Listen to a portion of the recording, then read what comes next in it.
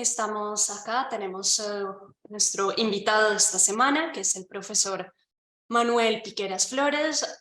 Manuel es especialista también en literatura del Siglo de Oro, en Cervantes, trabaja sobre todo en la novela corta o novela cortesana, la obra de Salas Barbadillo, y hoy nos va a hablar de la paradoja desdén-honor en la literatura del Siglo de Oro. Entonces, bienvenido, Manuel, y aprenderemos muchísimo de ti en esta sesión. Pues muchas gracias, Sara, muchas gracias por la invitación. Para mí es un honor, agradezco mucho, bueno, en primer lugar a las profesoras Sara Santaguilar y a la profesora María Rosso, a quien tengo también mucho cariño y que me alegro mucho de ver, aunque sea en la pantalla, y tanto al Estatale de Milán como al Instituto Cervantes de Milán por la oportunidad de estar aquí con vosotros y de plantear algunas cuestiones sobre un tema que creo que es interesante, ¿no? El tema de la violencia hacia la mujer, y creo que específicamente en el Siglo de Oro, como bueno, mostró extraordinariamente bien la profesora Mercedes Alcalá Galán, pues es digamos, un tema fundamental, ¿no? en la literatura de este periodo. Voy a compartir pantalla porque les voy a presentar algunos textos y me dicen si se ve bien. Sí, perfecto. Vale, perfecto. Bien, adelanto que las cuestiones que voy a contar igual son más o menos conocidas. No voy a decir nada nuevo, ¿no? Pero creo que conviene poner un poco en perspectiva la relación entre el tema del honor y el desdén con el que se acusaba a algunas mujeres de no acceder a ciertos requerimientos amorosos. Voy a hacer un recorrido que va a partir de la poesía lírica, y que va a continuar por el teatro y la novela, sobre todo la novela corta del Siglo de Oro, con algunos ejemplos de diversos autores, especialmente Cervantes, pero también Lope de Vega y algunos poemas muy conocidos, entre ellos, pues por ejemplo, el soneto En tanto, que es Rey Azucena de Garcilaso. Eh, como una pequeña introducción, para situarnos en las coordenadas del Siglo de Oro, cabe apuntar que en la España de la temprana modernidad se establecía, ¿no?, como en otras muchas sociedades a lo largo de la historia, una profunda división de roles entre hombres y mujeres, ¿no? Y esta división afectaba de una manera clara a la forma en la que hombres y mujeres podían desarrollar su sexualidad, ¿no? Como sabemos, las relaciones sexuales estaban normativizadas dentro del matrimonio, de forma que la castidad y la virginidad prematrimonial pues, alcanzaron una importancia fundamental, pero fundamentalmente en el caso femenino, ¿no? Porque a diferencia de lo que sucedía con los varones, cuya libertad de movimiento era significativamente mayor, las mujeres jóvenes estaban sometidas al escrutinio de toda su vida pública, y existía sobre ellas una presión evidente que tenía que ver con las posibilidades del control de su primera sexualidad, ¿no? Que además se suponía rastreable físicamente, y también se establecía, ¿no?, un control cifrado en el concepto de virtud femenino en términos muy concretos, ¿no?, a partir de conceptos sociales, pero también religiosos, que exaltaban la virginidad femenina como un rasgo claramente positivo, ¿no? Sobre estas bases, que son, como digo, religiosas y sociales, el concepto del honor, que en el caso masculino estaba vinculado a otras facetas, ¿no? A lo militar, a la valentía, al desempeño en la vida pública. En el caso femenino se formulaba casi exclusivamente a partir de su conducta sexual, ¿no? Además, como sabemos, ¿no? El honor, la honra de una mujer no era un asunto exclusivamente individual, ¿no? Esto lo explicó la profesora Calagalán muy bien, ¿no? Sino que la joven era la depositaria de toda la honra familiar, ¿no? Por tanto, cuando se producía una relación sexual antes del matrimonio, era responsabilidad de los varones de la familia, el padre, los hermanos, los tíos, pues tenían la responsabilidad de buscar una reparación, ¿no? De esa pérdida del honor, ¿no? Y una reparación que, al menos en teoría, admitía dos soluciones: el matrimonio con el ejecutor de la deshonra o la muerte de este. La fijación de este código de la honra tuvo implicaciones, yo diría que extraordinarias en la literatura del siglo de oro español, y de hecho, desde mi punto de vista, sobre todo a partir de cierto momento, desde eh, algún punto del siglo XVI, se convirtió en el centro fundamental de la mayor parte de los textos de ficción de la época, ¿no? Claro, es difícil saber hasta qué punto la normativización de la conducta sexual condicionó la realidad de la época, pero lo que sabemos es que literariamente funcionaba como un código que era tan simple como eficaz. Los casos de honra servían para plantear un problema, es decir, una mujer que o bien había perdido la virginidad o bien estaba en riesgo de perderla, y buscar una solución, ¿no? Una solución que en el caso del happy ending, pues se daba en forma de matrimonio, ¿no? Desde estas sencillas reglas, la literatura del siglo de oro se convirtió en un producto de masas, especialmente en torno a dos géneros fundamentales: la comedia y la novela corta. Estos dos géneros, vamos, tienen como centro en muchas ocasiones un caso de honra. Decía Lope en El arte nuevo, ¿no? Que los casos de honra son los mejores, ¿no? Ahora bien, la codificación literaria de esta visión social que bueno, establecía la necesidad de que las mujeres fueran virtuosas, tenía también un componente que provenía en lo literario de la lírica culta amorosa, ¿no? Como sabemos, ¿no? Desde la Edad Media existían diferentes tradiciones líricas y literarias, no solo líricas, en Europa que establecían el amor hacia una dama que era honesta e inalcanzable. Eh, bueno, los casos más conocidos son el del amor cortés, ¿no? El del dolce stil nuovo y la configuración del petrarquismo, ¿no? Que de alguna manera funcionó como una influencia, como un motor indudable en la literatura española a partir de las primeras décadas del siglo XVI, ¿no? El petrarquismo, además, tenía la particularidad de que existía una dama inalcanzable, ¿no? Según el modelo de la Laura de Petrarca, pero se centraba más bien, y esto creo que es algo interesante, ¿no? Que dice mucho de la visión de la época. En el fondo no hablaba tanto de esta mujer inalcanzable como de los sentimientos que podía provocar esta mujer inalcanzable en el yo lírico, ¿no? Les pongo un ejemplo muy conocido, este soneto de Petrarca. Es tremendamente conocido, ¿no? De hecho, es una de las fuentes fundamentales de ese soneto tan famoso de Lope de Vega, ¿no? Sobre el amor, el que termina: esto es amor, quien lo probó lo sabe, ¿no? La idea, como ven ustedes, ¿no?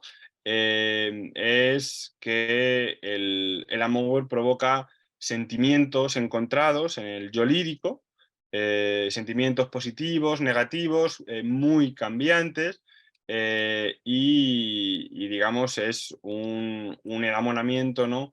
que afecta en lo emocional, claramente, ¿no?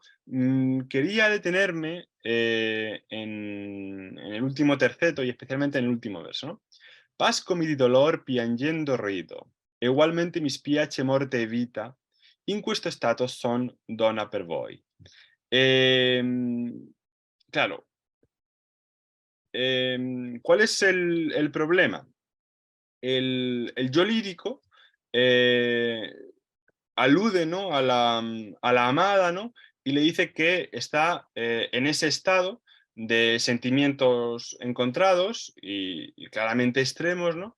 Y dice que dice, estoy en este estado, y ese per en español lo podríamos traducir tanto por y paraguas, ¿no? Es decir, la mujer es la causante, ¿no? De todos los sentimientos del poeta, pero también el poeta de alguna manera se dispone a servirla, ¿no?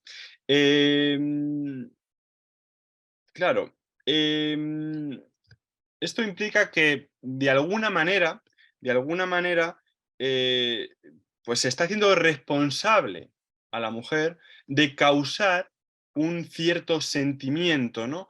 Un cierto sentimiento que es tan extremo que de alguna manera puede afectar, diríamos casi en términos contemporáneos, ¿no? A la salud mental del poeta o del yo lírico, mejor dicho, enamorado, ¿no? Como sabemos, en el petrarquismo, esta dama, honesta e inalcanzable, era descrita en unos términos femeninos claramente codificados, ¿no? Ahí tienen ese soneto famoso de Garcilaso de la Vega. Por un lado, unos atributos corporales, ¿no? El cabello brillante y dorado, el rostro con la piel muy, muy clara, tersa y brillante, las mejillas son rosadas, los labios rojos, es decir, un canon de belleza claramente codificado, ¿no? Además, había otras características físicas, pero no corporales, como la mirada, el andar angelical o el aliento, ¿no? Y la idea siempre de la honestidad, ¿no? Quería detenerme en el soneto de Garcilaso en algunas cuestiones, ¿no? Especialmente en el primer cuarteto. En tanto que de rosa y azucena se muestra la color en vuestro gesto, y que vuestro mirar ardiente, honesto, enciende el corazón y lo refrena, y en tanto que el cabello, que la vena de los ojos con vuelo por esto, por el hermoso cuello blanco enhiesto, el viento mueve, esparce y desordena, coged de vuestra alegre primavera el dulce fruto, ¿no? Como sabemos, es una invitación al Carpe Diem y específicamente al Colige Virgo Rosas, es decir, mientras que seáis joven, mientras que seáis bella, pues disfrutad del momento, ¿no? Pero quería detenerme un poco en ese mirar que es ardiente y honesto a la vez, y que a la misma vez enciende el corazón y lo refrena.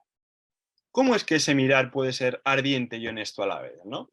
Bien, en realidad es muy sencillo.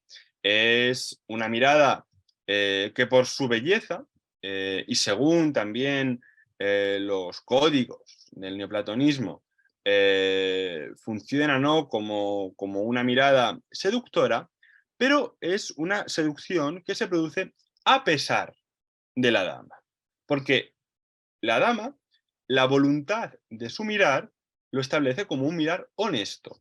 Por eso es un mirar, una mirada que a la vez enciende el corazón, es decir, provoca deseos amorosos, pero también refrena esos deseos, ¿verdad? Porque digamos que el yo lírico, enamorado de esa dama, pues siente que existe un rechazo por parte de esa dama a, digamos, a poder continuar, a poder hacer efectiva esa relación entre ambos, ¿no? ¿Esto qué supone? Que la dama, como es inalcanzable, puede ser por su honestidad y también por su situación vital, ¿no? Recordemos el caso del amor cortés, ¿no? Que normalmente se desenvolvía en torno a una mujer casada, ¿no? Pero en este caso, ya en el siglo XVI, la dama, al ser inalcanzable, puede volverse desdeñosa, ¿no? Desdeñosa, es decir, que de alguna manera no atienda a los deseos amorosos del enamorado, y esto incluso aunque no sea del todo ingrata, ¿no? Es un caso, lo hablaba antes con Sara, que es muy común en la novela pastoril, ¿no? Incluso aunque estemos ante personajes claramente positivos y simpáticos, como es el caso de Galatea, ¿no? La protagonista de la novela homónima de Cervantes, ¿no? La presentación de la situación amorosa entre Licio y Galatea, los dos protagonistas, o al menos aparentes protagonistas de la novela, se hace de esta forma. De Galatea no se entiende que aborreciese a Licio, ni menos que le amase, porque a veces, casi como convencida y obligada a los muchos servicios de Licio, con algún honesto favor le subía al cielo, y otras veces, sin tener en cuenta con esto, de tal manera le desdeñaba que el enamorado pastor la suerte de su estado apenas conocía. No eran las buenas partes y virtudes de Licio para aborrecerse, ni la hermosura, gracia y bondad de Galatea para no amarse. Por lo uno, Galatea no desechaba de todo punto a Licio. Por lo otro, el Licio no podía, ni debía, ni quería olvidar a Galatea.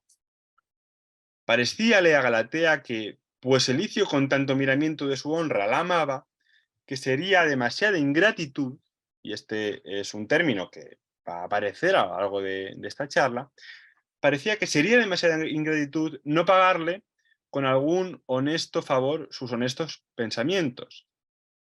Imaginaba ese Licio que, pues Galatea no desdeñaba sus servicios, que tendrían buen suceso sus deseos.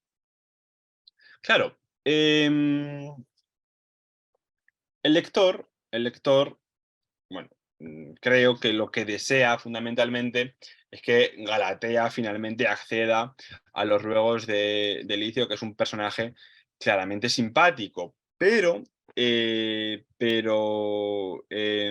el fondo no sabemos, ¿no?, hasta qué punto ese, digamos, incipiente interés de Galatea por corresponder al amor es real o no, o responde de alguna manera a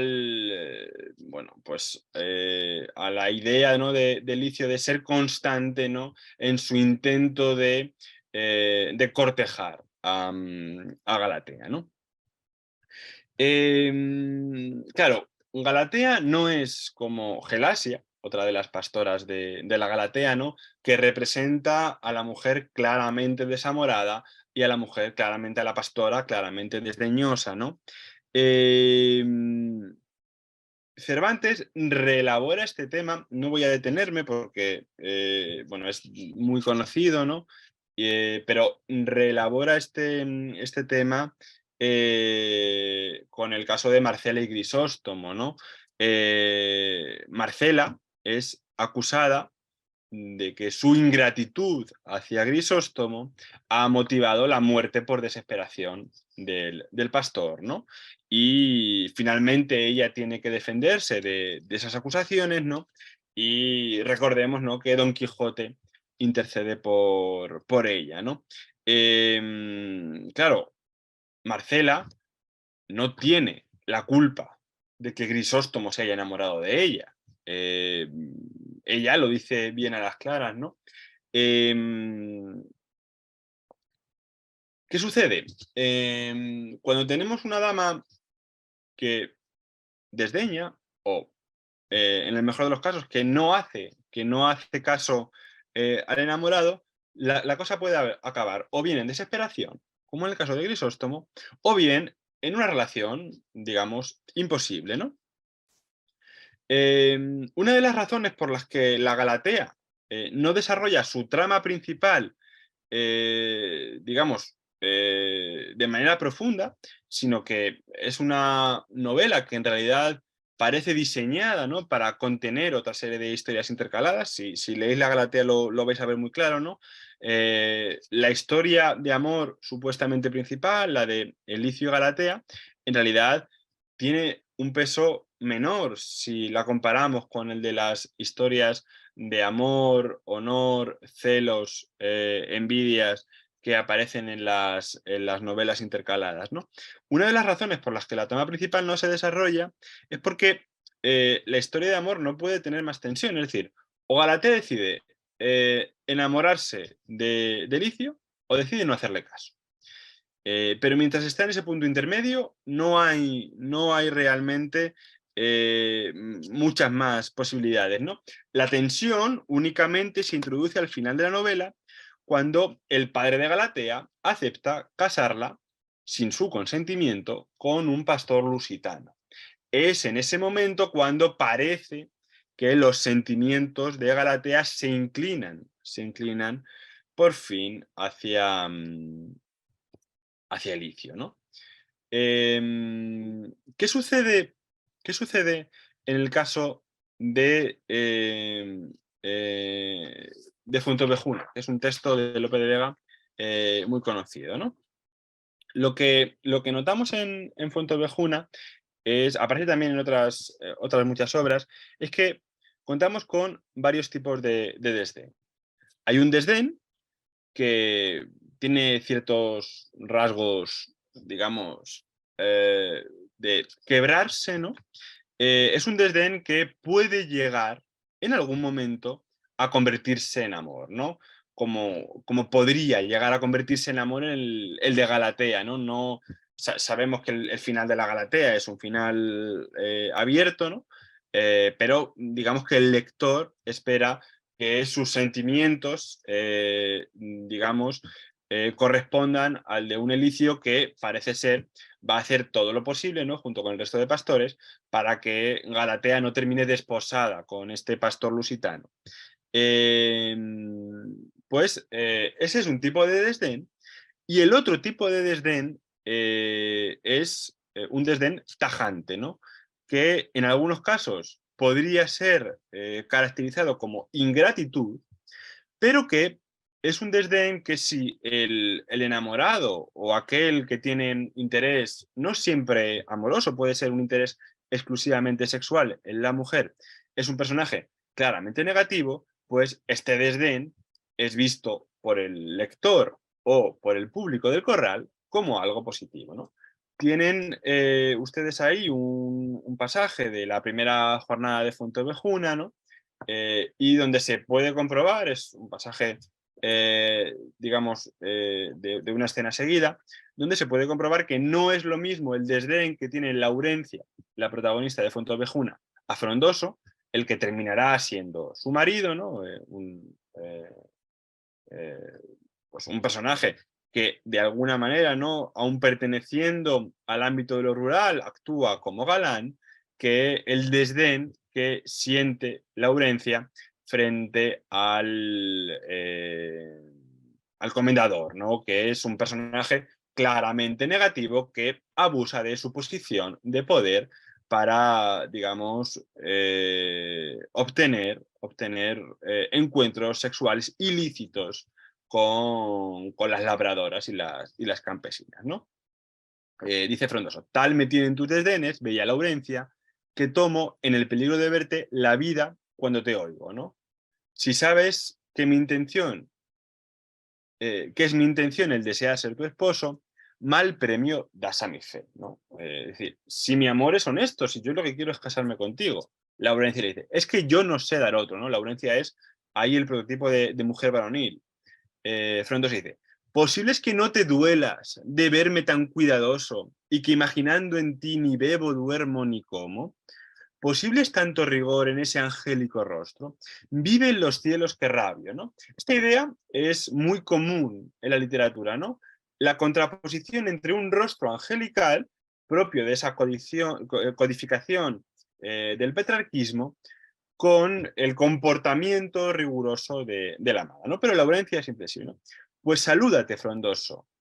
Frondoso, ya te pido yo salud y que ambos, como palomos, estemos juntos los picos con arrullos sonorosos después de darnos la iglesia, ¿no? Dice Laurencia, dilo a mi tío Juan Rojo que aunque no te quiero bien, ya tengo algunos asomos, ¿no? Es decir, Laurencia deja una pequeña grieta por la que, digamos, su desdén podría llegar a desmoronarse, ¿no? En ese momento llega el comendador, ¿no? Que precisamente viene cazando, ¿no? Y vemos ahí la simbología de la caza que aparece en muchas ocasiones, ¿no? Relacionada, ¿no? Con la simbología del intentar aprovecharse de una mujer, ¿no? Dice el comendador, no es malo venir siguiendo un corcillo temeroso y topar tan bella gama. Laurencia. Aquí descansaba un poco de haber lavado unos paños y así al arroyo me torno si manda su señoría, ¿no? ¿Qué le dice el comendador? Dice, a que esos desdenes toscos afrentan, bella Laurencia, las gracias que el poderoso cielo te dio de tal suerte que vienes a ser un monstruo. Es decir, otra vez la idea de que por ser una mujer bella, Laurencia, de alguna manera, debería comportarse de una manera más dulce. Es decir, que se estableciera una correspondencia entre su físico, su corporalidad y su comportamiento, ¿no? Pero el comendador le dice, ojo que aquí estamos solos, ¿no? Mas si otras veces pudiste huir mi ruego amoroso, ahora no quiere el campo, amigo secreto y solo, que tú sola no has de ser tan soberbia que tu rostro huyas al señor que tienes, teniéndome a mí en tan poco. Y le pone ejemplos de otras labradoras que sí se rindieron, ¿no? No se rindió Sebastiana, mujer de Pedro Redondo, con ser casadas entrambas, y la de Martín del Pozo, habiendo apenas pasado 2 días del desposorio, ¿no? Laurencia le dice, esas, señor, ya tenían de haber andado con otros el camino de agradaros, porque también muchos mozos merecieron sus favores. Id con Dios tras vuestro corzo, que a no vernos con la cruz os tuviera por demonio, pues tanto me perseguís, ¿no? Se ve claramente que el desdén de Laurencia es completamente diferente en el caso de Frondoso y en el caso del comendador, ¿no? Bueno, todo el mundo sabe cómo acaba Fuenteovejuna, ¿no? El comendador intenta forzar sexualmente a Laurencia, a violarla. Hay un momento en el que, digamos, no se sabe si Laurencia ha sido violada o no. Hay unos elementos textuales que parecen dejar claro que sí, pero después, en cierta medida, quizá por justicia poética, con la protagonista femenina, finalmente Laurencia dice que no se ha llegado a consumar esa violación y el comendador es ajusticiado por el pueblo de Fuenteovejuna, que estaba harto, ¿no? del abuso de poder y finalmente los reyes católicos sancionan, es decir, permiten ese tiranicidio como algo positivo, ¿no? Es decir, como algo razonable ante el tirano que abusa de su pueblo. Es posible, ¿no? La rebelión y los reyes, ¿no? Que son los últimos garantes, ¿no? del poder, pues de alguna manera establecen que ese comportamiento puede ser correcto, ¿no? Vamos ahora a la novela corta, a Cervantes. Cuando estaba preparando esta charla, lo que me parecía era interesante aprovechar digamos, la evolución programada que tiene este curso, ¿no? La profesora Mercedes Alcalá habló un poquito de Cervantes y la próxima sesión con Blanca Santos se va a profundizar, ¿no? En el caso de la fuerza de la sangre que ya apareció el otro día, que es un caso tremendo, ¿no? Con una violación, ¿no? En Cervantes encontramos a menudo problematizado el hecho de la hermosura femenina. Una mujer no elige ser hermosa, Eso también es algo muy, muy cervantino, ¿no? Resaltar que no hay elección en los atributos físicos de la mujer. Luego veremos, ¿no? Cuando nos quedemos comentando en la última media hora, que esto es una cosa que se le puede dar la vuelta, ¿no? También. Pero una mujer no elige ni ser hermosa, ni elige generar deseo por su hermosura, ¿no? Marcela, en el Quijote lo deja muy claro, ¿no? Pero creo que donde más claro aparece esto es en la española inglesa de Cervantes. Fijaos, tenemos una protagonista femenina, la que da nombre a la novela, que por su incomparable hermosura genera un deseo, genera, digamos, unas sensaciones, eh, una sugestión corporal en varios protagonistas, ¿no? El primero es Clotaldo. Clotaldo, el padre de Ricaredo, un noble inglés, un noble que pertenece a la alta nobleza, lo sabremos después, ¿no? Que dice, llevó a Londres una niña de edad de 7 años, poco más o menos, 7 años. Y esto contra la voluntad y sabiduría del conde del Este, que con gran diligencia hizo buscar la niña para volvérsela a sus padres, que ante él se quejaron de la falta de su hija, pidiéndole que, pues se contentaban con las haciendas y dejaban libre a las personas, no fuesen ellos tan desdichados que, ya que quedaban pobres, quedasen sin su hija, que era la lumbre de sus ojos y la más hermosa criatura que había en toda la ciudad. Mandó el conde Charbando por toda su armada que, so pena de la vida, volviese la niña cualquiera que la tuviese. Mas ningunas penas ni temores fueron bastantes a que Clotaldo la obedeciese. ¿Por qué? Dice que la tenía escondida en su nave, aficionado, aunque cristianamente, es decir, entendemos sin un deseo sexual, aunque esto hay críticos que lo han puesto en duda, a la incomparable hermosura de Isabel, que así se llamaba la niña, ¿no? ¿Qué tipo de hermosura es esa de una niña de 7 años que un señor que es noble inglés, incluso a riesgo de perder su vida, la arriesga por llevársela con ella? La hermosura de Isabela es tal que, como sabemos, Ricaredo, el hijo de Clotaldo, se enamora de ella, ¿no? Dice que al principio le salteó amor con un modo de agradarse y complacerse de ver la sin igual belleza de Isabel y de considerar sus infinitas virtudes y gracias, amándola como si fuera su hermana, es decir, un amor casto, ¿no? Sin que sus deseos saliesen de los términos honrados y virtuosos. Pero, como fue creciendo Isabel, que ya cuando Ricaredo ardía tenía 12 años, aquella benevolencia primera y aquella complacencia y agrado de mirarla, fijaos, se volvió en ardentísimos deseos de gozarla y de poseerla. Ahora bien, Ricaredo es un personaje positivo. Entonces dice, no porque aspirase a esto por otros medios que por los de ser su esposo. Pues de la incomparable honestidad de Isabela, que así la llamaban ellos, no se podía esperar otra cosa, ni aun él quisiera esperarla, aunque pudiera, ¿no? Es decir, la hermosura de Isabela despierta unos deseos terribles, ¿no? Tanto en Clotaldo como en Ricaredo, aunque Ricaredo los encauza hacia el matrimonio. Pero es que incluso el personaje de la reina de Inglaterra, hay un momento de la novela ejemplar en el que, para quienes no la hayan leído, ¿no?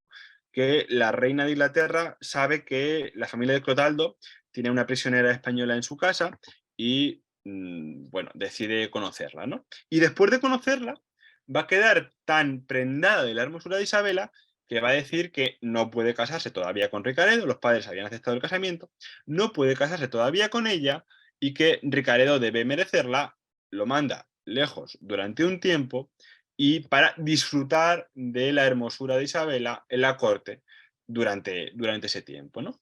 Cuando se encuentran frente a frente, el narrador lo describe de esta manera. Estuvo ahora la reina mirando por un buen espacio, sin hablarle palabra, pareciéndole, como después dijo a su camarera, que tenía delante un cielo estrellado, cuyas estrellas eran las muchas perlas y diamantes que Isabela traía, su bello rostro y sus ojos el sol y la luna, y toda ella una nueva maravilla de hermosura. y esta hermosura, ¿no? Despierta, ¿no? la envidia en las dos. Las damas que estaban con la reina quisieron hacerse todas ojos porque no les quedase cosa por mirar a Isabela. Cuál acababa la viveza de sus ojos, cuál la color del rostro, cuál la gallardía del cuerpo y cuál la dulzura del habla, ¿no? Y hay un momento, justo después, en el que se dice que hubo quien dijo por envidia, buena es la española, pero no me contenta el traje. Es decir, como no podían decir nada malo de la belleza de Isabela, pues únicamente pueden criticar el traje, ¿no?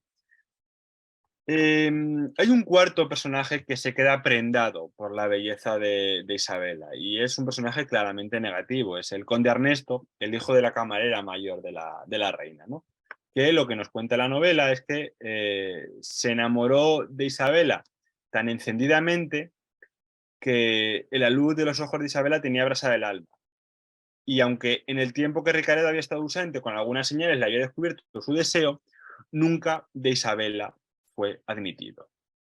Y fijaos, y puesto que la repugnancia y los desdenes en los principios de los amores suelen hacer desistir de la empresa a los enamorados, es decir, ese puesto que funciona aquí como aunque, en Ernesto obraron lo contrario los muchos y conocidos desdenes que le dio Isabela. Porque con su celo ardía y con su honestidad se abrasaba, ¿no? Este es otro tema que es recurrente, ¿no? Y es que cuanto más desdeñosa es una dama, cuanto más distante es con aquel que está enamorado de ella, mayor es el deseo que provoca, ¿no?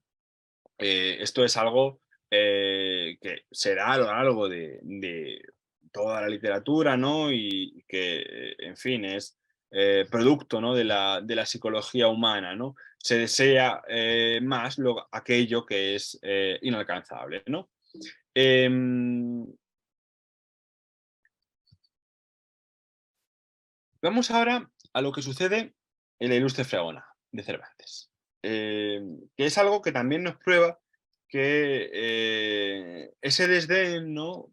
Pues de alguna manera se contrapone al deseo que puede provocar una mujer joven, normalmente soltera y hermosa, ¿no? Es decir, cuanto más honesta es la mujer, cuanto más capacidad tiene de cumplir ese código de la honra, mayor es el deseo que genera, ¿no? En la Ilustre Fregona hay una pareja de hijos de nobles que deciden, ¿no? Irse a las almadrabas, ¿no? Carriazo, que es digamos, el personaje más pícaro, había estado ya viviendo como un pícaro, ¿no? Y convence a su amigo Tomás Avendaño para que se vayan a vivir allí, ¿no? Pero en el camino se encuentran en Toledo y escuchan a un mozo de mulas hablar de una fregona, es decir, de una moza de mesón que se dedica no, a fregar y a cuidar de mesón, que es extraordinariamente hermosa, ¿no? Y entonces hay un mozo de mulas que le cuenta a otro, que esta noche no vayas a posar donde sueles, sino en la posada del sevillano, porque verás en ella la más hermosa fregona que se sabe, ¿no? Dice, es dura como un mármol, y zahareña como villana de Sayago, y áspera como una ortiga. Es decir, mujer claramente desdeñosa. Pero tiene una cara de Pascua y un rostro de buen año. En una mejilla tiene el sol y en la otra la luna. La una es hecha de rosas y la otra de claveles. Y entre ambas hay también azucenas y jazmines. Claro, fijaos la maldad de Cervantes al hacer decir al mozo de mulas, en el ambiente de un mesón, es decir, en un ambiente, digamos, pseudo prostibulario, si queréis, que dice, en las dos mulas rucias que sabes que tengo, la dotara de buena gana, si me la quisieran dar por mujer.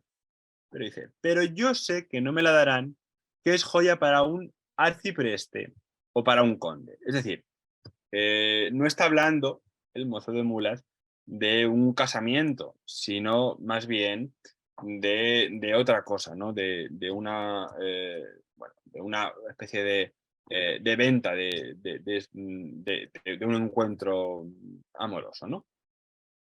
Pero Constanza es extraordinariamente honesta, ¿no? Y basa su honestidad en el desdén. En esto se contrapone claramente a la figura de la otra Constanza de las novelas ejemplares, a Preciosa, la de la gitanilla, ¿no? Que después, al final de la obra, sabemos que se llama Constanza, ¿no? Preciosa es una mujer que no es absolutamente nada desdeñosa, que no es dura, pero que consigue mantener intacta su virginidad y su honestidad, ¿no?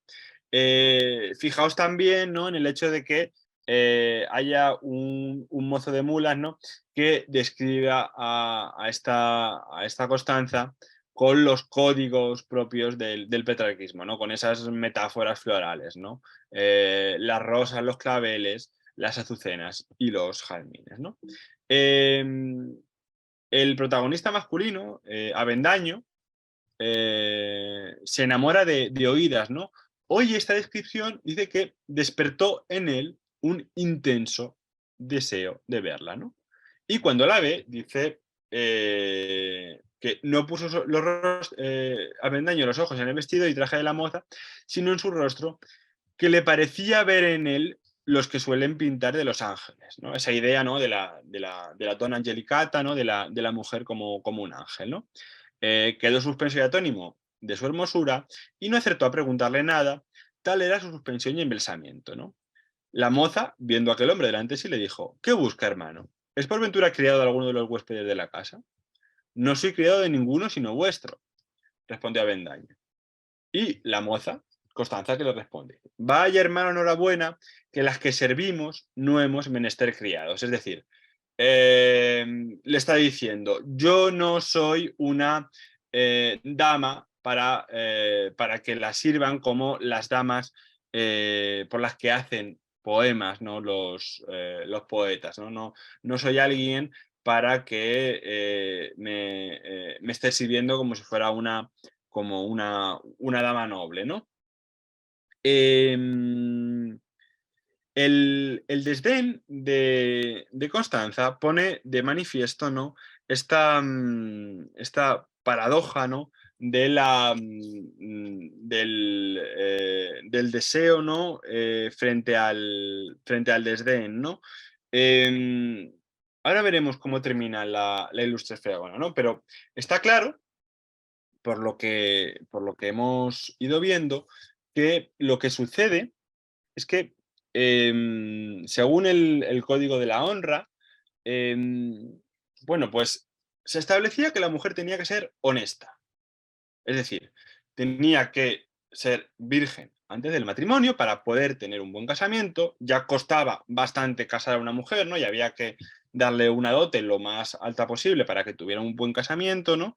Pues tenía que ser honesta, pero además tenía que parecerlo. Es decir, no podía tener ningún comportamiento social que empañara este aspecto, ¿no? No podía dejarse ver con hombres, no podía recibir, evidentemente, en sus aposentos a solas a ningún hombre, y tenía que tener un comportamiento social, digamos, acorde, ¿no?, con esta disposición, ¿no?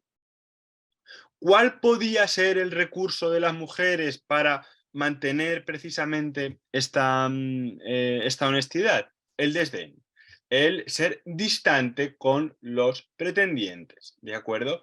Hasta que, digamos, se comprometieran en matrimonio. Es decir, porque, claro, en una sociedad como la sociedad de finales del siglo XVI o principios del siglo XVII en España, ¿no?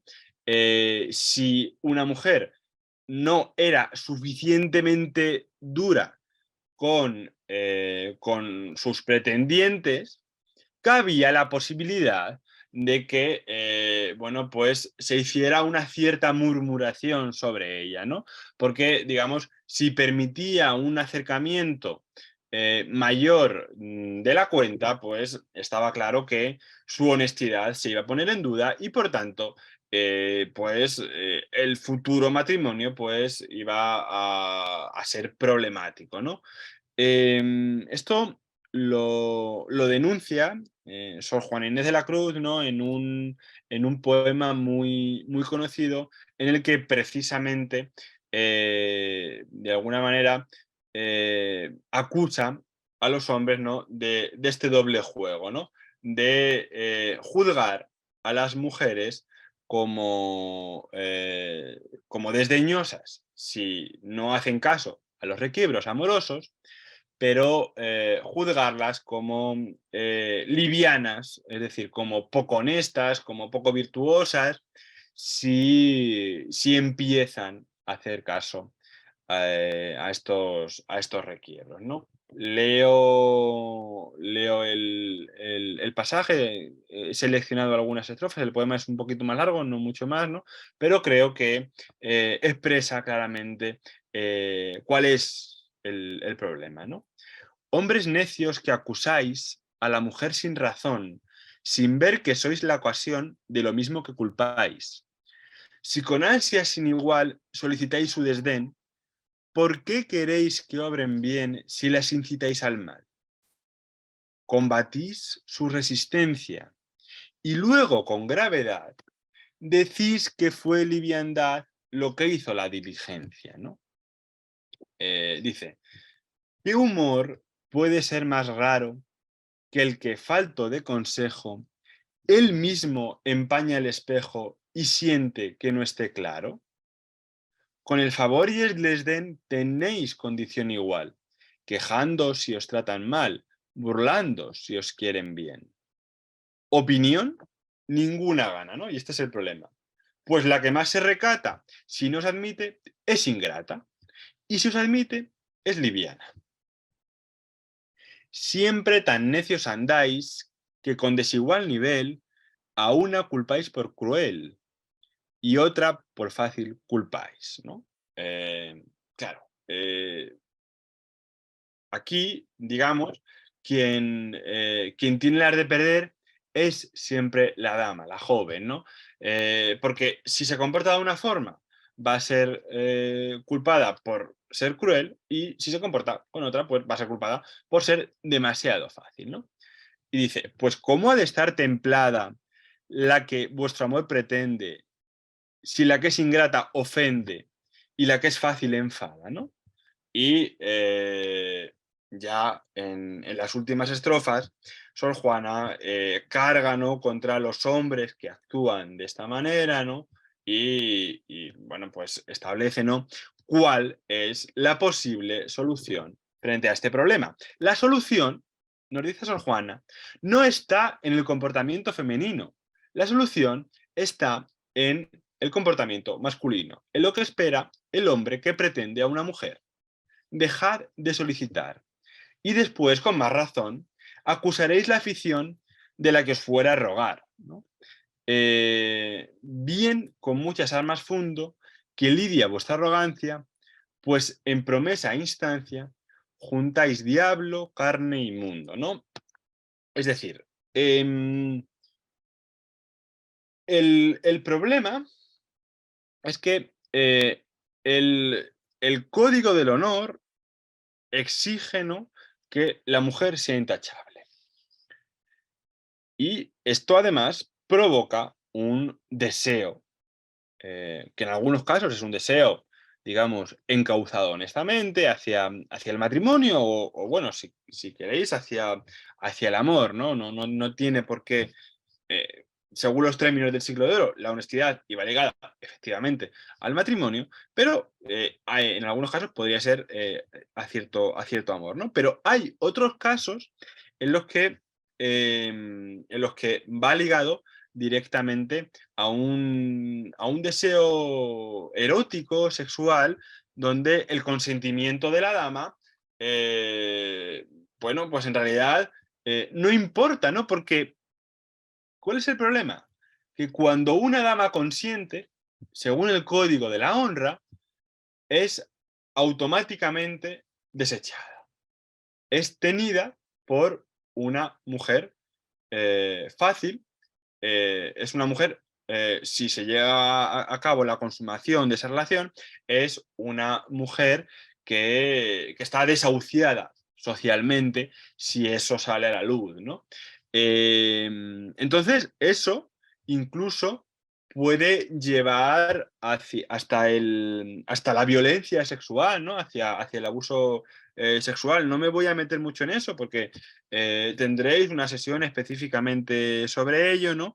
Pero en la propia Ilustre Fregona, en el texto que estábamos viendo hace un momento, ¿no? Sucede, ¿no? Cuenta el padre de Constanza, que en una anagnórisis final no se sabe qué es su padre, ¿no? Es,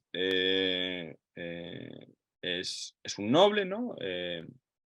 Cuenta que un día fue a visitar a una mujer y que subió a su palacio, ¿no? Y que en un palacio retirado, ¿no? Y que venía a cazar, de nuevo la simbología de la caza, y que entró y ella estaba echando la siesta, ¿no? Y se le despertó un deseo tal que en fin, no pudo resistir ese deseo y pues tuvo que violarla, forzarla sexualmente, ¿no? Y bueno, en un pasaje que es estremecedor porque pone los pelos de punta, ¿no? Pues se narra esa violación, ¿no? Eh, claro, ¿cuál es el problema? El consentimiento de la mujer no importa, ¿no? Y esto sucede incluso en textos en los que aparentemente la cosa termina bien, termina con un matrimonio, ¿no? Eh, Vuelvo a la Ilustre Fregona porque creo que es un final muy ejemplar en este sentido, ¿no? Bien, la situación es la siguiente. Como hemos dicho, ¿no? Avendaño, mm, pues lo que tiene un deseo, ¿no? Por Constanza, pero es un deseo lícito, un deseo que va encaminado hacia el amor y hacia el matrimonio, ¿no? Y cuando llegan sus padres, él le dice a Constanza, ¿no? Dice, uno de estos caballeros ancianos que aquí han llegado ahora es mi padre, que es aquel que oiréis llamar don Juan de Avendaño. Infórmate de sus criados si tiene un hijo que se llama don Tomás de Avendaño, que es de Avendaño, que soy yo. Y de aquí podrás ir coligiendo y averiguando que te he dicho verdad en cuanto a la calidad de mi persona, y que te la diré en cuanto de mi parte te tengo ofrecido, ¿vale? Y quédate con Dios que hasta que ellos se vayan no pienso volver a esta casa, ¿no? ¿Qué hace Constanza? No le respondió nada. No hay ningún signo en la novela que nos haga pensar que Constanza está enamorada de Tomás. Pero es cierto que Tomás es un personaje simpático. ¿Cómo acaba la novela? La novela acaba aparentemente bien, ¿no? Porque eh, los padres deciden, conciertan, ¿no? Que Tomás se case con Constanza, ¿no? Dándole su padre, este padre al que no conocía, los 30.000 escudos que su madre le había dejado. Y conciertan una serie de matrimonios, ¿no? De manera que la novela acaba en ese matrimonio múltiple tan típico, ¿no? De algunas obras del Siglo de Oro, especialmente de las comedias, ¿no? Y la cosa acaba en felicidad, ¿no? Digamos, el personaje masculino, Tomás, que es un personaje claramente positivo, claramente simpático, pues se casa con la mujer que ama.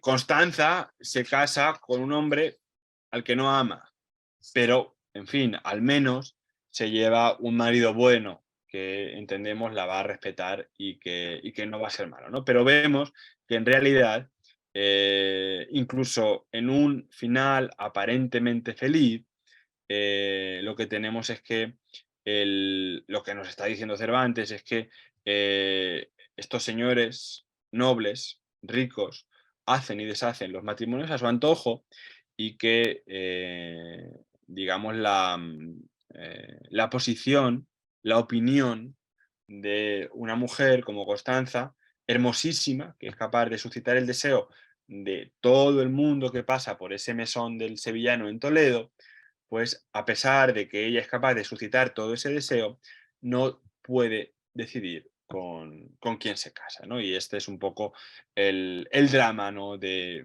la mujer en el siglo de oro. Pues esto es todo lo que tenía para deciros en esta parte pública. No sé si queréis pasar ya a la parte más práctica, si hay alguna pregunta. Creo que no hay muchos miembros de fuera, no lo sé, Sara, lo que tú me digas.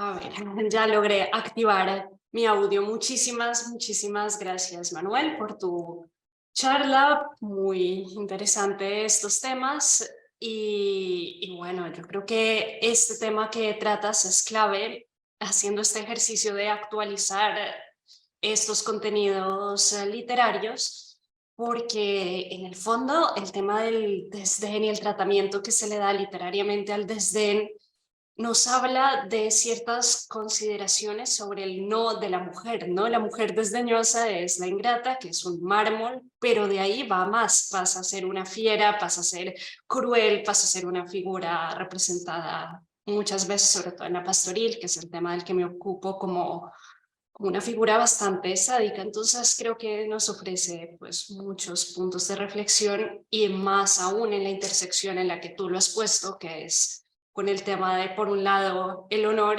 pero por otro lado, la desdeñosa como un personaje inquietante que de uno u otro modo se tiene que después reinsertar en la economía reproductiva, en el matrimonio, en un orden social, pero es un tema sin duda que se puede actualizar para pensar muchas cosas y que estudiado en la literatura, pues es sin duda muy interesante y hemos aprendido mucho. Sí, veo acá, bueno, la mayoría ciertamente son los inscritos.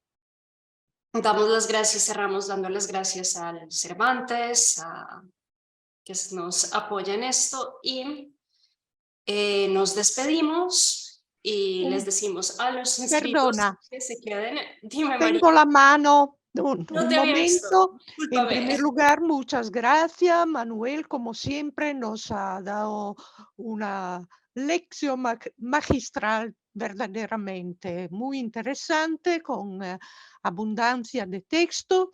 Y quería además notar eh, cómo estos temas se repiten. Y hoy, esta mañana en clase, estaba notando que existe una excepción a este desdén, y es Lope de Vega en sus novelas a Marcia Leonarda, que tienen claro, un marco un poco particular porque están dedicadas precisamente a su amante, pues escribe precisamente para seducir a una mujer.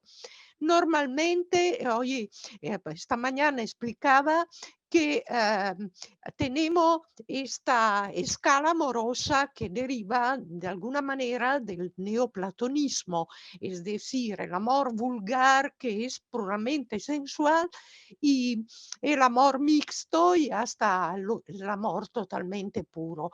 Hay una excepción todavía, sin embargo, que es Lope de Vega en Las fortunas de Diana. Yo no sé si podemos encontrar otros textos en este, demuestra el protagonista, después de gozar de su amada, la ama más. Y es un caso excepcional porque demuestra, Lope de Vega quiere demostrar que el amor físico no borra absolutamente la, el sentimiento que un enamorado puede experimentar hacia su amada, pero por supuesto es un caso muy raro. Y con todo eso, además, Manuel ha citado estos versos de Sor Juana de la Cruz que podemos relacionar muy bien con el propósito de María de Sayas, sobre todo en Los desengaños, cuando dice que lo escribe precisamente para luchar contra la mala costumbre de hablar mal de las mujeres, que son los hombres los responsables de la conducta de la mujer. Y con eso, muchas gracias, Manuel. Ha sido un gran placer verte, aunque telemáticamente. Nos veremos, supongo, espero, en otra ocasión. Yo tengo que despedirme de vosotros porque tengo otro compromiso. Os dejo solo en el aula de Teams, pero ya comentaremos, ¿vale? Muy bien, María. Muchísimas gracias, de verdad, un gusto verte. Vale, María. Un abrazo fuerte.